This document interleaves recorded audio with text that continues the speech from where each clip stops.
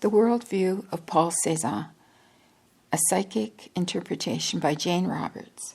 Chapter 7, Some Material on Art and Our Species from the Library and a Larger Perspective. It really was strange to find myself taking down fairly specific information about an art in which I have no training.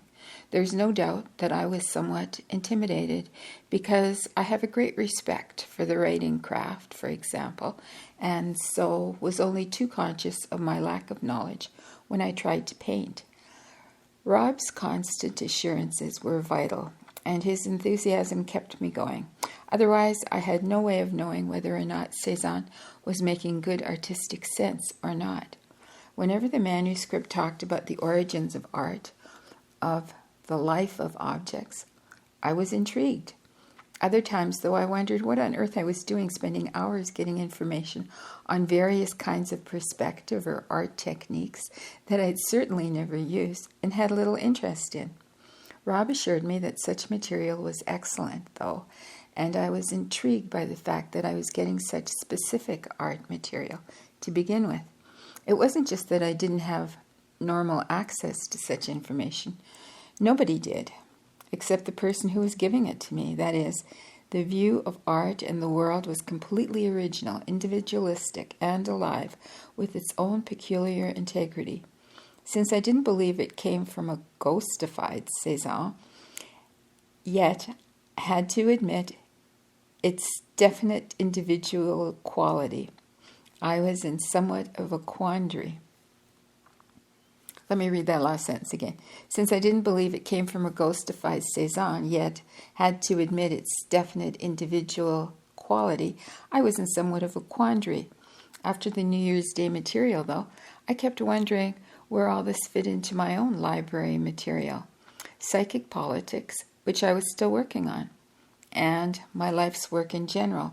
I knew that Seth said in the last session, of course, and agreed with it, but I couldn't quite put my mental finger on the questions that rankled in my mind. Then, on January 2nd, I sat down at my desk, and the following line came to me out of nowhere. Each person has an inbuilt impetus toward originality. End of quote. I wrote it down instantly, and from then on I typed as fast as I could to keep up with the material that came quicker and quicker, as if it seemed there were no tomorrow. The material was from my psychic library. This time, I didn't see my double image there or have any other experiences at all. The sentences were just transferred to my mind steadily at first and then accelerating in an accelerating fashion. It was 11:45 a.m. when I began and 2:20 p.m. when I finished. My fingers were so tired that I couldn't type another line. Rob takes care of all the notes for Seth's sessions, keeps track of all the time spent in dictation and so forth, but here I was on my own. And it was all I could do to type the material, much less note my subjective state. All I remember is that time passed. In a blurry of activity, my fingers flew over the typewriter keys. My mind was completely tuned to receiving the words, and mind and hands were connected so closely that no space seemed between them. When I stopped, glancing at the clock in amazement, many of my questions had been answered. This is the library material I received that day. And then it says, from the library in quotes, January 2nd, 1976, 11:45 a.m. to 2:20 p.m. Each person has an inbuilt impetus toward originality, the urge to perform in some new manner, to excel in a completely new way, to do something no one else can do or has done. This urge on the part of the species is biologically pertinent in that it assures vitality and impetus, change and continuing stimuli, and challenge over a long term. It prevents over-specialization, assures that the species will explore all the mental and physical avenues open to its kind of life, and adds to the choices available. which automatically provides further impetus and stimulation. A civilization or culture naturally dies or it is overthrown so that the species can organize its reality in different ways, so that the rise and fall of nations also allows for a cultural and political search for originality. The same applies to religions as well. There is survival value in ideas themselves, that is, thoughts of the kind peculiar to man enable him to organize reality in an endless variety of ways, not just to manipulate his physical environment, but even to regard it differently from one era to another. They assure a fresh psychic creation in which to each generation the world is new and different, in which the learning process provides continuity, while the originating impetus stops that process from becoming too rigid or dead-ended. The originating process and the learning process then provide a self-regulating system within which the species constantly organizes its conception of reality and then acts within the currently accepted framework with its corresponding political and cultural systems. Even while members of the world at any given time learn the values of their respective societies, however, the originating principle is urging the individuals within them to search for something new, to try some venture, mental or physical, never tried before or executed, and in this way pulling against the learning principle, which is devoted to conserving and using already accomplished feats and ventures. In one way or another, sports, arts, social arenas, and governments echo these twin processes. In sports, the learning principle is obvious with its emphasis upon training and techniques already available. The originating principle is even more apparent as each individual, say on an Olympic team, tries to better the current records of achievement, to perform a physical feat before considered impossible, to act originally in a way that will automatically alter the record and assumptions that have gone before. To the arts, the same applies, though in a different arena. Each artist, poet, musician, or sculptor tries to take his art out of its previous dimensions, to add something original to its medium, to go beyond previous accomplishments, to perceive reality in a completely unique fashion. On a world level, governments do the same. The old learned patterns remain, providing steadying influence, while beneath them, other patterns towards originality arise, are tried out in local fashions, or experimented with nationally. Since one member of the species can only do so much, the species is lavish in handing out individual variances. Original action on the part of one member alerts the other members to the possibilities of action in that direction which might otherwise go unknown.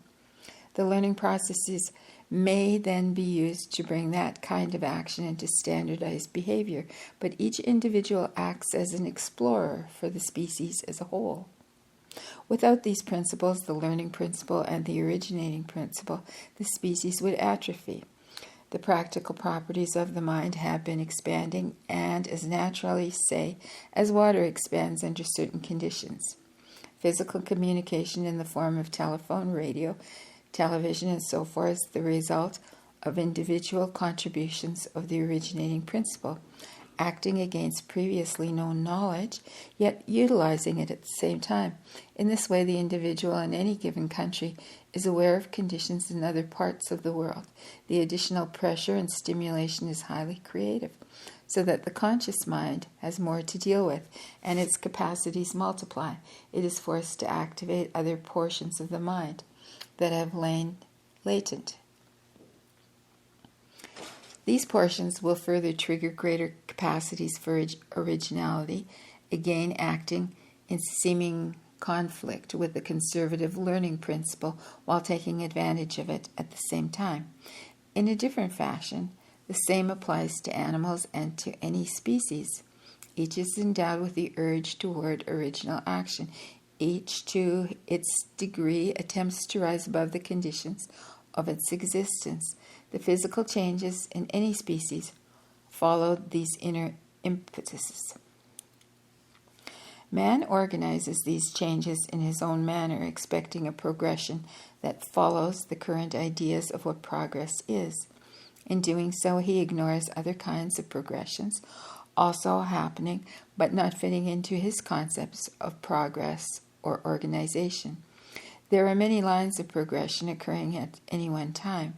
For example, as the originating process continues in all areas, when the species is emphasizing one of these, it seemingly ignores many others that are quite as pertinent. To that degree, man is never doing what he seems to be doing at any given historical period. He is already caught in a new impetus that hasn't yet shown the exterior organization as the mainline focus.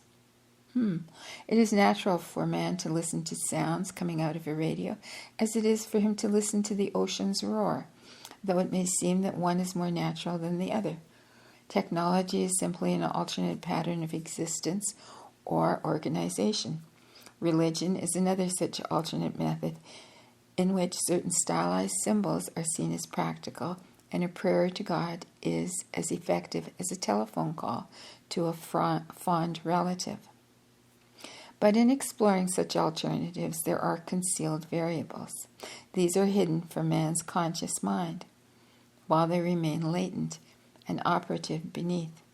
Technology, for example, will take its place as one alternate method of dealing with reality, but one must stand alongside others so that, for example, the elements of earth are respected. Technology actually educates religion, in that many old concepts concerning the dominance of man over the planet are seen to be erroneous.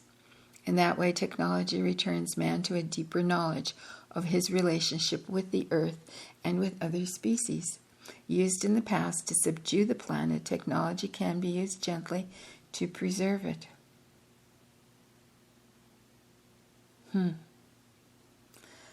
The species wearies with new toys grown old. So man himself would become bored in time with technology itself until it modified with other alternative methods of organization, and the originating principle will operate to alter the direction of technology in unsuspected ways. The conservative learning principle operates by organizing data in established fashions. Okay, let me start that sentence over again.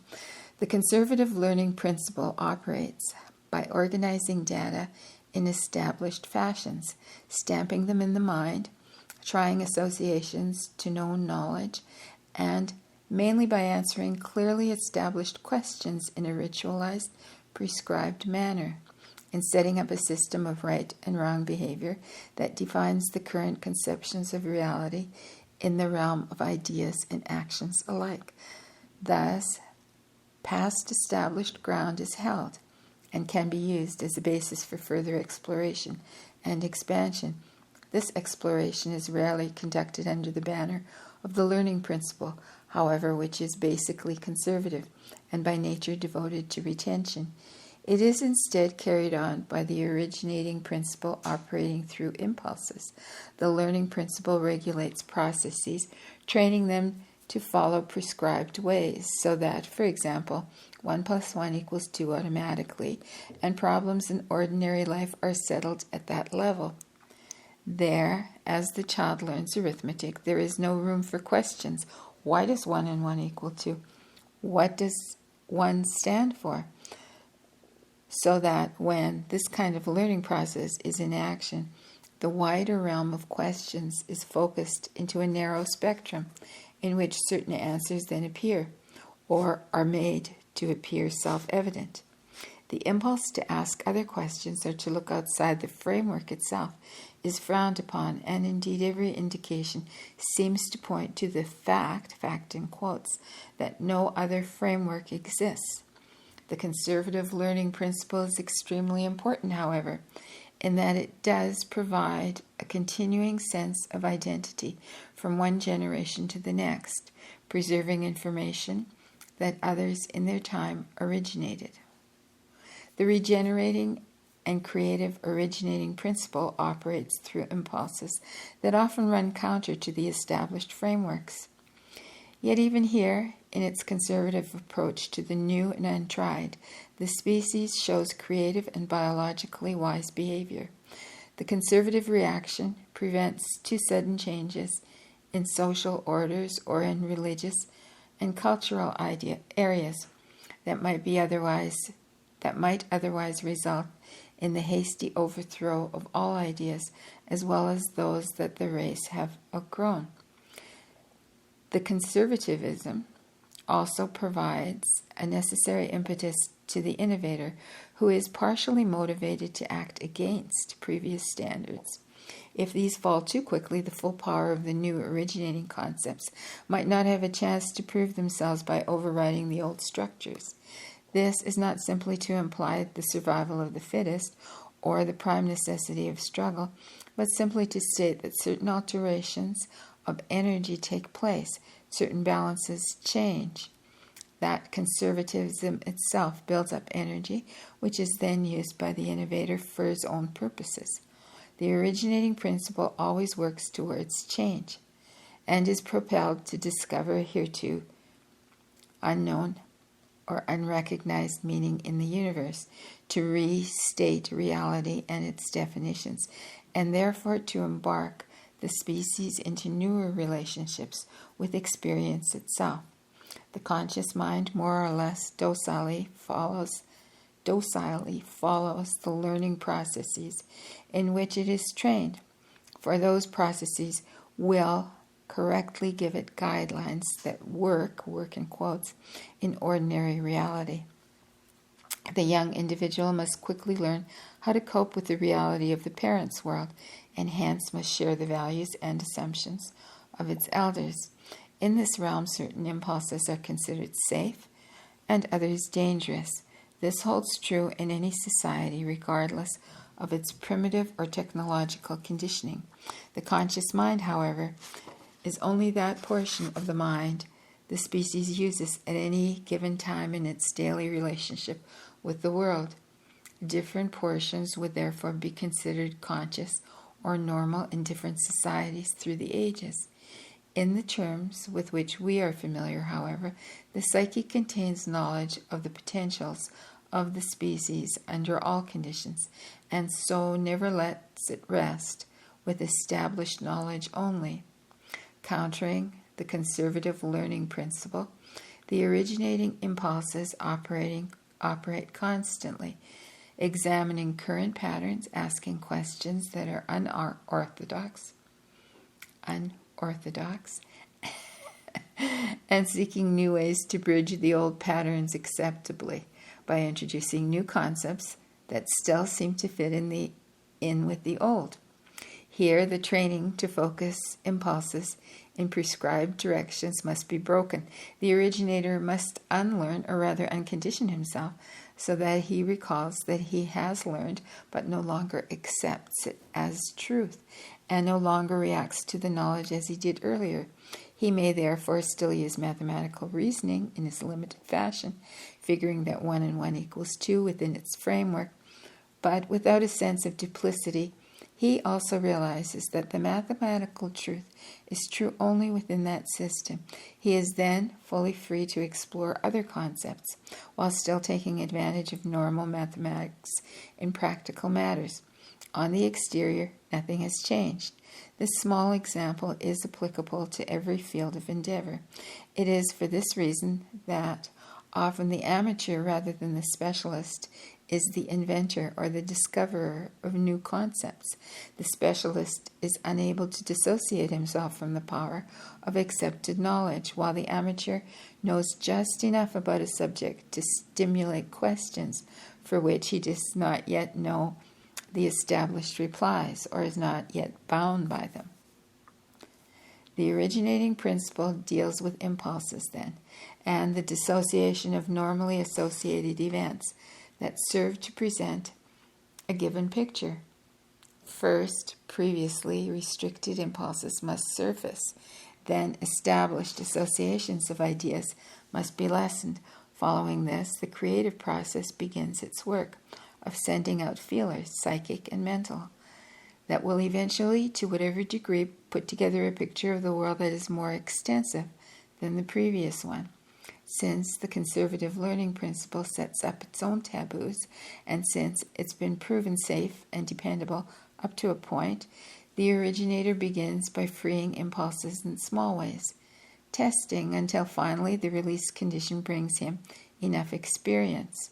That is, he goes beyond the point where the established conditions make sense, and he experiences events that do not fit into the official picture. To maintain a supportive view of reality in his own mind, and to maintain his stance in the world, the initiator is then led to find a new system in which his own experiences do make sense. Here, according to the conditions, he acts as an explorer for the rest of the species. There are multitudinous alternative systems of reality that could be adapted by the species, so most of the personally explored systems fall by the wayside, historically, while nevertheless adding to the experience of the species to some degree and reinforcing the originating principle. This applies the same to overall philosophical religion and cultural systems, and to smaller versions, such as a new scientific discovery or a new way to tie shoelaces. In those terms, the species has hardly begun to explore the mental or psychic environment, yet that development is more diverse than presently apparent simply because our concepts cause us to look through history with ideas of progress as the yardstick. We close our eyes to other kinds of progress that have nothing to do with progression in time. The psyche itself does not basically exist in time, but straddles it, experiencing time through the focused personality. What is learned then is accepted knowledge at one point. What is learned then as accepted knowledge at one point may be completely disregarded at another. What is considered progress by one era may be judged valueless in another.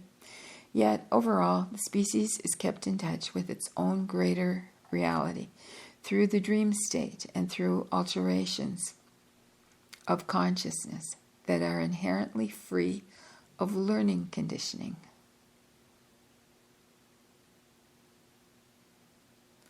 Let me read that sentence again.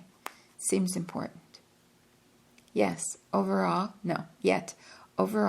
the species is kept in touch with its own greater reality through the dream state and through alterations of consciousness that are inherently free of learning conditioning.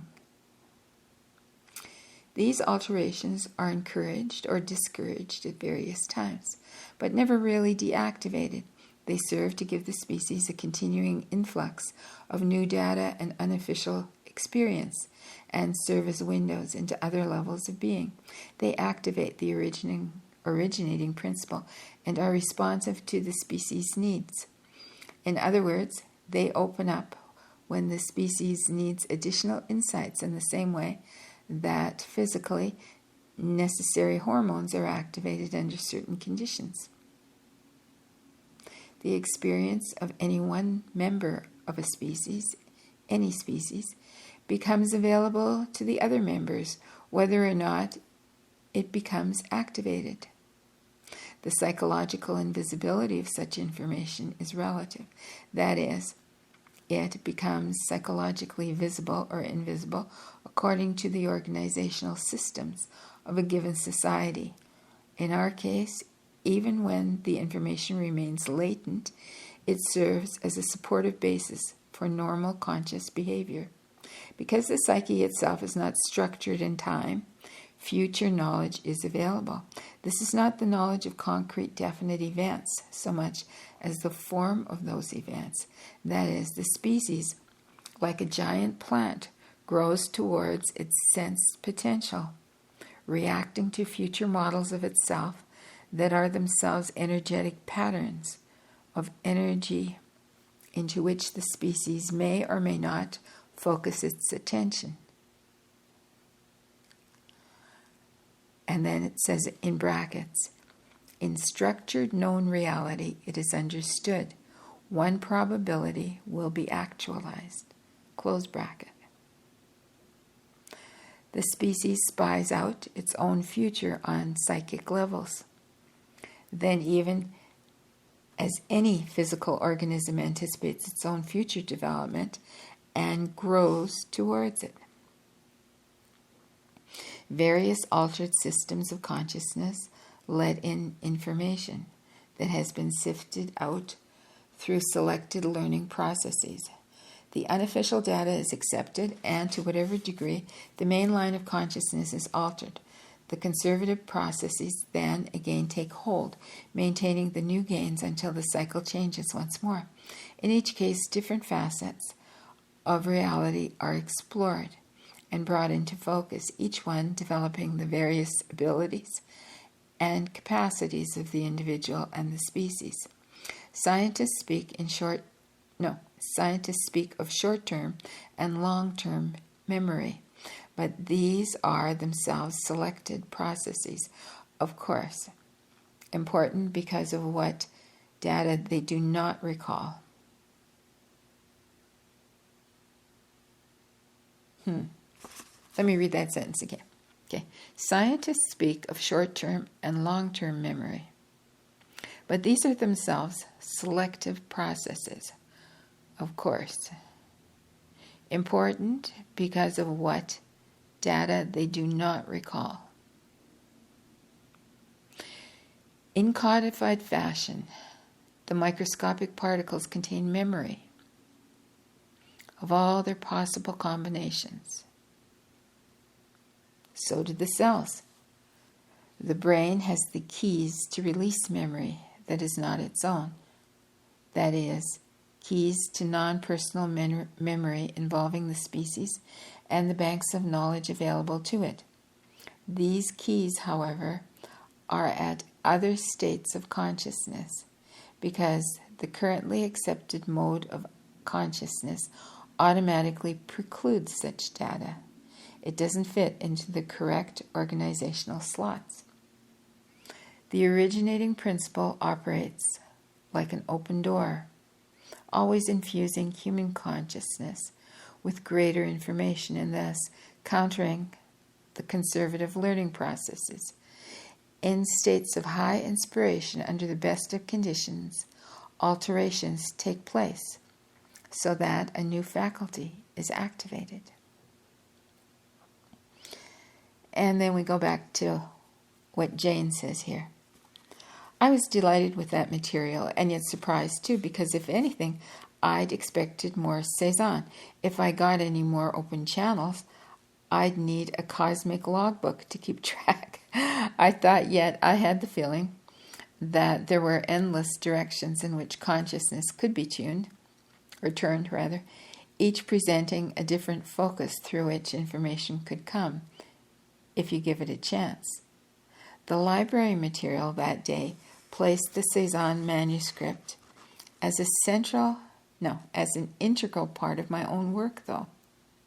I could see where it fit in, and the passages about originating and learning principles particularly explained my own psychic and creative activity. That is, I always find myself going outside our usual frame of reference, spontaneously, with great bursts of energy and curiosity, and then I always want to explain what happened in terms that we can understand. In any case, I spent the next 2 days working on psychic politics. The fun, the psychic explorations accompanying that book were over. I was in the process of putting the whole manuscript together, checking references and other data, and I was getting worried about the time spent on other things, including the Cezanne manuscript, because of my deadline on politics was approaching. I knew that I could get more time if I wanted it, but I was anxious to finish the project and go on my way. Yet, on January 6th, when I sat down to work on politics, I knew at once that more library material was waiting on Cezanne.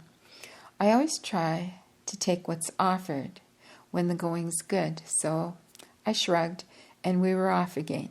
I found the material on high art evocative on all levels, and this time I did note an odd psychological notion, as if the library channel itself was drifting towards the end, so that when we were finished it would lead me back near the area reserved for Cezanne, and it did. So the next section is entitled From the Library, January 6th, 1976, 11:30 a.m. to 1 p.m. Any art is high creative play in which, however, wisdom, experience, and innocence each play a part. Art is spontaneous play, ordered in the framework of artistic craft, containing elements of unpredictability and surprise. As with the play of animals and children, artistic play is an end in itself, even while it promotes a kind of growth and fulfillment that can be obtained in no other way. Art as play involves intuitive agility and inventiveness most of all. As a child tosses a ball into the air, so the artist tosses away conventionalized concepts to the best of his ability, and then allows the world, or his perception of it, to fall back in pieces, if necessary, into new forms that are then captured in his craft. Any artist must, therefore, forsake learned patterns of perception and ordinary laws of deduction, so that his own vision can arise. Excuse me. This is not just a matter of perceiving the world differently, but a matter of creating a new version of the world. This version must be peculiarly the artist's, because he and he alone has found it, focused it, and brilliantly delineated its contours. Yet, the artistic version must also meet the inner visions hidden in the hearts and minds of other persons, because, to one extent or another, the artist's alternate picture of reality arises from dreams that belong to the species as a whole. The artist will dip into these other versions, forming them into his own original combinations, out of his own original needs. No, out of his own individual needs. Let me start that sentence over again. Sorry. The artist will dip into these other versions, forming them into his own original combinations, out of his own individual needs, understanding, and desires. The stuff from which these visions come is as much a part of the man's inner environment as oceans are of the exterior one. Art, as in painting, is a method of exposing and revealing knowledge that cannot be verbalized. By arranging and rearranging the natural objects into different patterns, say in a still life, the artist momentarily destroys the ordinary known connections with which such objects are usually perceived, so that they can literally appear in a new light. The mind cannot think of them in the old fashion, but must follow the new connections discovered by the artist. Physical play comes naturally to children, even though adults then direct its course to suit cultural patterns. This spontaneous physical play is in response to the existence of inner models of an unconscious nature, so that the child spontaneously wants to do what is best for its own development. The play also involves fantasies that appear only partially in the play itself, so that the child's exterior actions can be symbolized gestures for inner creativity and patterning. Cultural patterning often leaves the child with physical play divorced from all those inner fantasies, except those encouraged by society. Games then become highly ritualized along cultural lines, serving purposes that have conservative ends. The inner originality and explorative symbolizing becomes divorced from the physical play, so that any development into high play must be abandoned. National games provide opportunity for originality and achievement, but only in accepted areas, and they deal with mass-accepted symbols. They are as ritualized as any dogma or religion, and in fact often mimic religious goals in a different arena. In religion, sports games, and also in war, opposition is taken for granted, and a series of actions set with which to meet the challenge. In war, the opposition is clearly known. The opposition in religion is the devil, natural self, or sin. In sports, the enemy is the other team. Both sports and religion involve moralistic training, and in sports, winning takes the place of salvation. In each of these arenas, however, ritualistic actions are followed as methods of achieving certain ends. In high play and in art at its best, no opposition is supposed. The child and the artist merge themselves with nature or with play in such a manner that they themselves take on new aspects, or they become so much a part of the game or the landscape that alterations and insight take place in consciousness itself. In terms of religion, the artist experiences salvation in the here and now with each painting, as does the child each time it is engaged in high play. For in both cases, the known self merged with its own being, innocently sensing the connections of that being with all other existence, though most often in miniature capsulized form.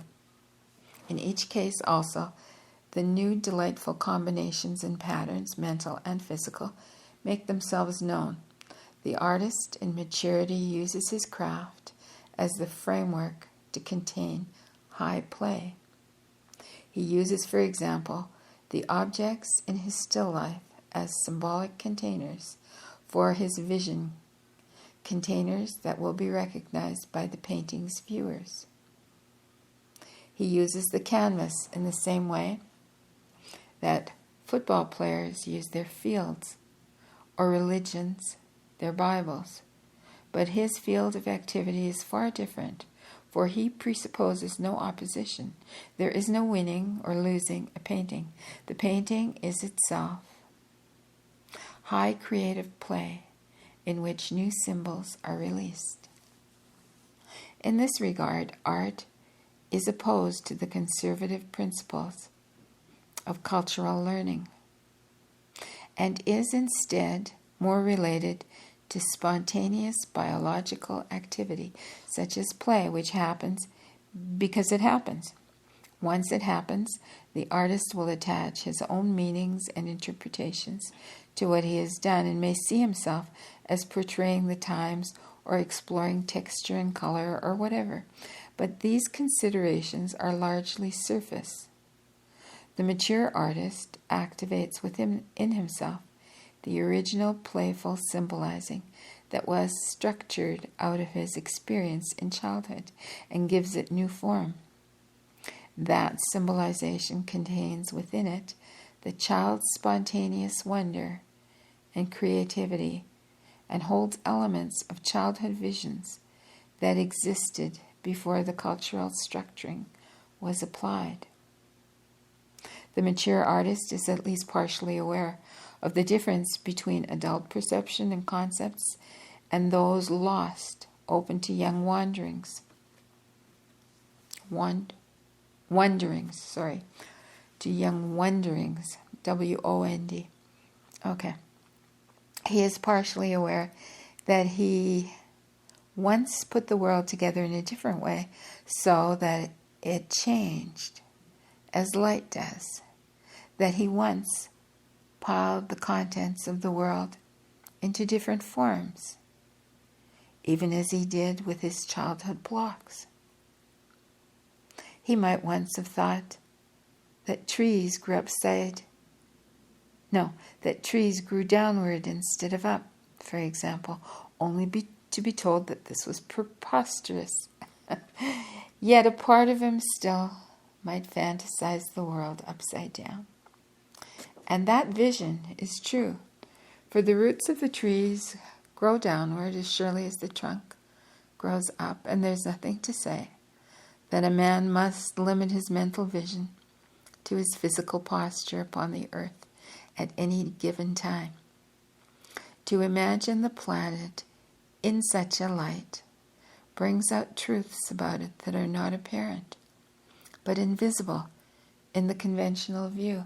So the artist might imagine that the reflections of trees in water are indeed trees growing downward into another dimension. Thus the viewer's usual method of perceiving reality are changed as he views such a painting. People's most conservative views are connected with the appearance and the behavior of objects in the physical world. The artist, dealing unconventionally with such objects, automatically comments upon their nature. The most literal-minded persons, for example, find no use for paintings at all, since as objects they are not manipulatable. They cannot be used as wood can, say, to make a house. Such people are so conservative that the life of a painting scandalizes them. For what good are objects that cannot be picked up, closed, opened, or used for any purpose? What good is the picture of a jar that will never hold a liquid or a solid? Many artists then deal with the literal interpretation of objects. For all but the most conservative will at least recognize such representations.